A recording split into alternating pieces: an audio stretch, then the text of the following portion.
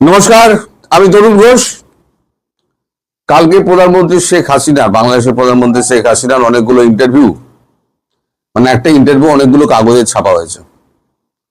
তার মধ্যে আমাদের কাগজে যেটা ছাপা হয়েছে সেটা হচ্ছে মাথা উঁচু করে দ্রুত ফিরবো শেখ হাসিনা। এখন তিনি এই ইন্টারভিউটা কিভাবে দিয়েছেন সেটা আমাদের কাছে এখনো পরিষ্কার নয়, অন্তত লেখাতেও পরিষ্কার হয়নি, কিন্তু এটা কন্টিনিউ করবে। যে লিখেছে তাকে আমি খুব বিশ্বাস করি। তার নামে বেশ কয়েকবার করেওছি অগ্নি রায়। দিল্লিতে যদি কারো সত্যি সত্যি সম্পর্ক থেকে থাকে তাহলে সে হচ্ছে অগ্নি। তো অগ্নি এটা কন্টিনিউ করবে। এই লেখাটা অনেক বড় লেখা। ইন্টারভিউটা মানে কিভাবে কিভাবে ফিরবেন সেটা উনি বলেননি। কিভাবে ফিরবেন সেটা তো হচ্ছে ভারতবর্ষের ব্যাপার, সেটা ভারতবর্ষ জাগরণ করবে। তার বক্তব্য তিনি বলেছেন দেশে ফেরার ব্যাপারে, আওয়ামী লীগের কার্যক্রমের ব্যাপারে, এবং তার বিরুদ্ধে যে সমস্ত অভিযোগগুলো আনা হয়েছিল সেগুলোকে তিনি খণ্ডন করেছেন। যেভাবে একদম যৌক্তিকভাবে, কারণ কূটনীতিক যেভাবে খণ্ডন করে তিনি সেভাবেই খণ্ডন করেছেন। আপাতত দেখা যাক তিনি কি বলছেন। তিনি বলছেন বাংলাদেশে বিএনপি ক্ষমতায় আসার পর দ্বিপাক্ষিক সম্পর্কের নতুন ইনিংস শুরু করেছে মোদী সরকার। তবে গত মাসে নয়াদিল্লিতে এসে সে দেশের বিদেশমন্ত্রী খলিলুর রহমান, শেখ হাসিনা এবং প্রাক্তন স্বরাষ্ট্রমন্ত্রী আসাদুজ্জামান খান কামালকে প্রত্যর্পণের আর্জি ফের জানিয়েছেন। বিদেশ মন্ত্রক সূত্রের খবর, হাসিনাকে ফেরত পাঠানো নিয়ে কোনো চিন্তা ভাবনা এখনো প্রধানমন্ত্রী দপ্তরের নেই। এই পরিস্থিতিতে তার নিজের এক আওয়ামী লীগের জন্য নেতাদের দেশে ফেরা নিয়ে একান্ত সাক্ষাৎকারে মুখ খুললেন শেখ হাসিনা। প্রসঙ্গত 6 বছরের নির্বাসিত জীবন কাটিয়ে 1981 সালের 17ই মে নিজ দেশে ফিরেছিলেন। তার ঠিক 45 বছর পর ভারতে আসা শেখ হাসিনার বক্তব্য, আমাকে 19 বার হত্যা করার চেষ্টা করা হয়েছে। 2004 সালের 21শে আগস্ট গ্রেনেড হামলা করে আমাদের দলকে ধ্বংস করে দেওয়ার ষড়যন্ত্র হয়েছে, কিন্তু থামানো যায়নি। সৃষ্টিকর্তা যেহেতু আমায় বাঁচিয়ে রেখেছেন, আমি দ্রুততায় বাংলাদেশের মাটিতে ফিরব। মাথা উঁচু করে দেশে গণতান্ত্রিক পরিবেশ ফেরানোর গর্ব নিয়েই ফিরব। কিন্তু আওয়ামী লীগের ওপর নিষেধাজ্ঞা থাকলে কিভাবে প্রত্যাবর্তন সম্ভব? শেখ হাসিনার কথায় এই প্রশ্নটাকে করা হয়েছিল। শেখ হাসিনার কথায়, বঙ্গবন্ধুকে সপরিবারে হত্যা করার পরও তৎকালীন শাসক গোষ্ঠী আওয়ামী লীগকে ধ্বংস করার সব চেষ্টা করে, কিন্তু উল্টে আওয়ামী লীগ শক্তিশালী হয়ে ফিরে এসেছে। যারা এই নিষেধাজ্ঞাকে স্থায়ী বলে মনে করছেন তারা তাদের ইতিহাসের পাতায় চোখ রাখতে বলবো। আমাদের কোটি কোটি সমর্থক এবং লাখো লাখো কর্মী দেশেই রয়েছেন। এখনো আমার ছাত্রলীগের ছেড়ে অসহায় কৃষকদের পাশে রয়েছে। ইউনূসের নেতৃত্বাধীন অবৈধ অন্তর্বর্তী সরকার এবং সাধারণ নির্বাচনের মাধ্যমে গঠিত বিএনপি সরকারের অপশাসনের বিরুদ্ধে আমাদের নেতাকর্মীরা সরব।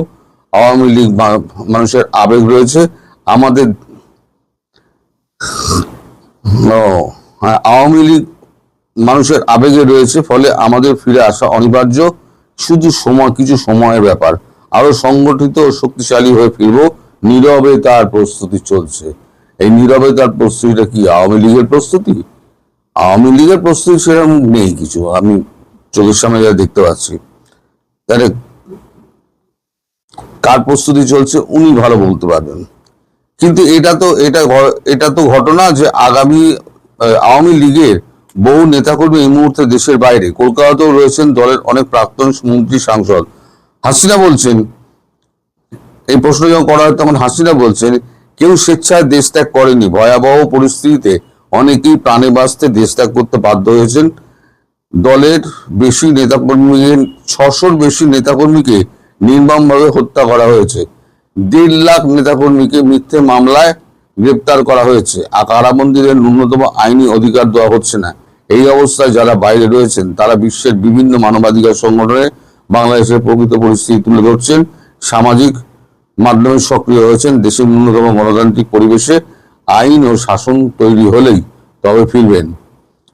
শত প্রতিকূলতার মধ্যেও তার দলীয় কর্মসূচি পালন করছেন। দল তার সর্বোচ্চ আচ্ছা, শত প্রতিকূলতার মধ্যেও যারা দলীয় কর্মসূচি পালন করছেন, দল তাদের সর্বোচ্চ মূল্যায়ন করবে। এই লাইনটা খুব গুরুত্বপূর্ণ। মানে এখন যারা এই কর্মসূচি পালন করছে এত ঝড় ঝাপটার সামলে, তারাই কিন্তু সর্বোচ্চ মূল্যায়ন পাবে। ভারতের সঙ্গে সম্পর্কের মূল্যায়ন কিভাবে করছে শেখ হাসিনা, বিশেষ করে তার বিরুদ্ধে ভারত বিরোধীদের বরাবরই অভিযোগ ভারত তোষণের। হাসিনার কথায়, আমরা বিরোধী শক্তিরা সর্বদাই এই অভিযোগ করেছে, আমাদের বিরোধী শক্তিরা সর্বদাই এই অভিযোগ করেছে আওয়ামী লীগ নাকি ভারতের কাছে দেশ বিক্রি করে দিয়েছে, দেশ বিরোধী চুক্তি করেছে। কিন্তু খেয়াল করে দেখুন, অন্তর্বর্তীকালীন সরকার অথবা বর্তমান বিএনপি সরকার এখনো পর্যন্ত একটিও দেশ বিরোধী চুক্তি সামনে হাজির করতে পারেনি। তাদের মিথ্যাচার প্রমাণিত হচ্ছে। তার সংযোজন 1996 সালে ক্ষমতায় এসেই আমরা গঙ্গা পানি চুক্তি করেছিলাম।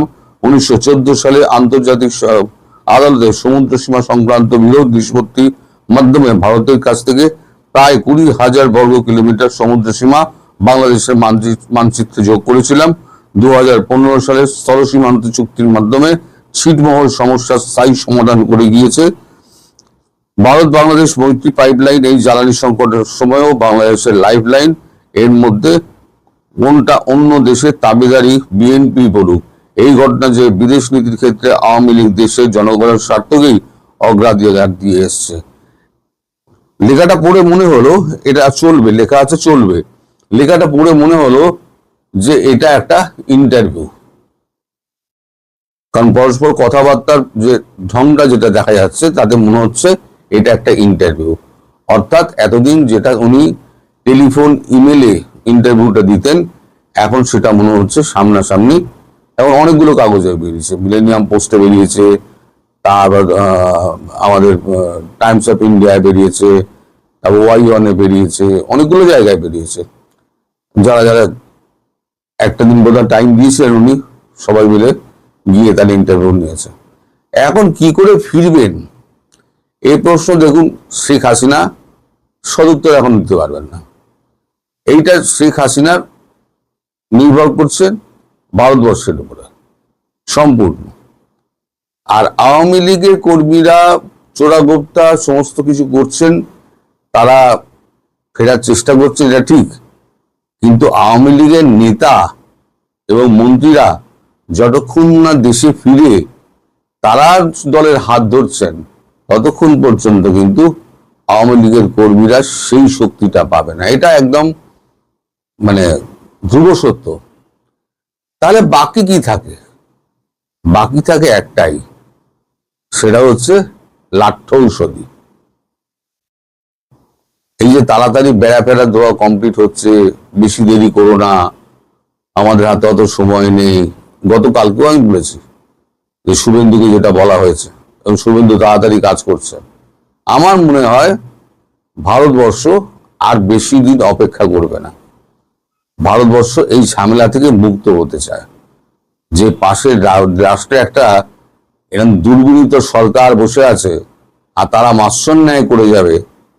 তারপর সকালে যেটা বললাম, যেটা ইন্টারভিউতে যেটা শুভেন্দু বলেছে যে দুদেশের জামাতকে আমি উৎখাত করে ছাড়বো। তার মানে বাংলা দিয়ে ওই যে পূর্ব দিয়ে আক্রমণের কথা বলা হয়েছে না, এবার ভারত পূর্ব দিক দিয়ে হয়তো আক্রমণটা করবে, আমার যতদূর মনে হচ্ছে। করে যা শায়েস্তা করার শায়েস্তা করে একমাত্র ভারতই পারে। এবং আমি অনেক আগে বলেছি, যদি নরেন্দ্র মোদী সরকার মনে করেন বা নরেন্দ্র মোদী যদি মনে করেন শেখ হাসিনাকে প্রধানমন্ত্রী হিসেবে তক্তে বসিয়ে দিয়ে আসবেন, মানে সিংহাসনে বসিয়ে দিয়ে আসবেন, তাহলে পৃথিবীর কোনো শক্তি ওনাকে আটকাতে পারবে না। এত কিছু করেও আমেরিকার মতো শক্তিমান দেশ কিন্তু ভারতকে টলাতে পারেনি, নরেন্দ্র মোদীকে টলাতে পারেনি। এই যে এত বড় মিটিংটা হয়ে গেল এই আপনার বেজিং এ, ডোনাল্ড ট্রাম্প এবং আমাদের জিনপিং এর মধ্যে, মোদির মধ্যে কোনো পরিবর্তন দেখেছেন?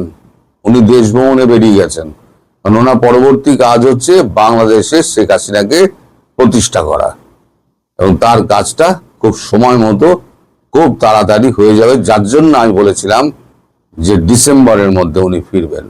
হয়তো দেখা যাবে যে ডিসেম্বরের আগেই হয়তো ফিরে আসছেন।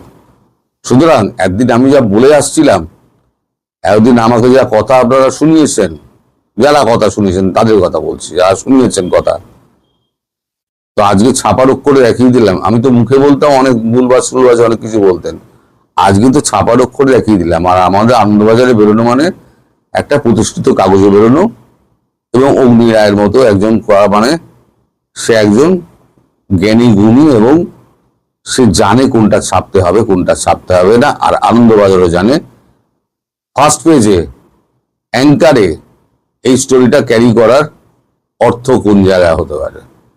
যারা কাগজে কাজ করেন তারা নিশ্চয়ই বুঝতে পারবেন ফার্স্ট পেজে অ্যাঙ্কারে একটা স্টোরিকে মানে ক্যারি করা তার অর্থটা কি হতো। অ্যাঙ্কার কি জানেন? অ্যাঙ্কার হচ্ছে কাগজকে ধরে রাখা। কাগজ, জাহাজ যেমন অ্যাঙ্কার ফেলে জাহাজকে ধরে রাখে, অ্যাঙ্কার হচ্ছে কাগজকে বলা হয়, নিচের স্টোরিটাকে বলা হয়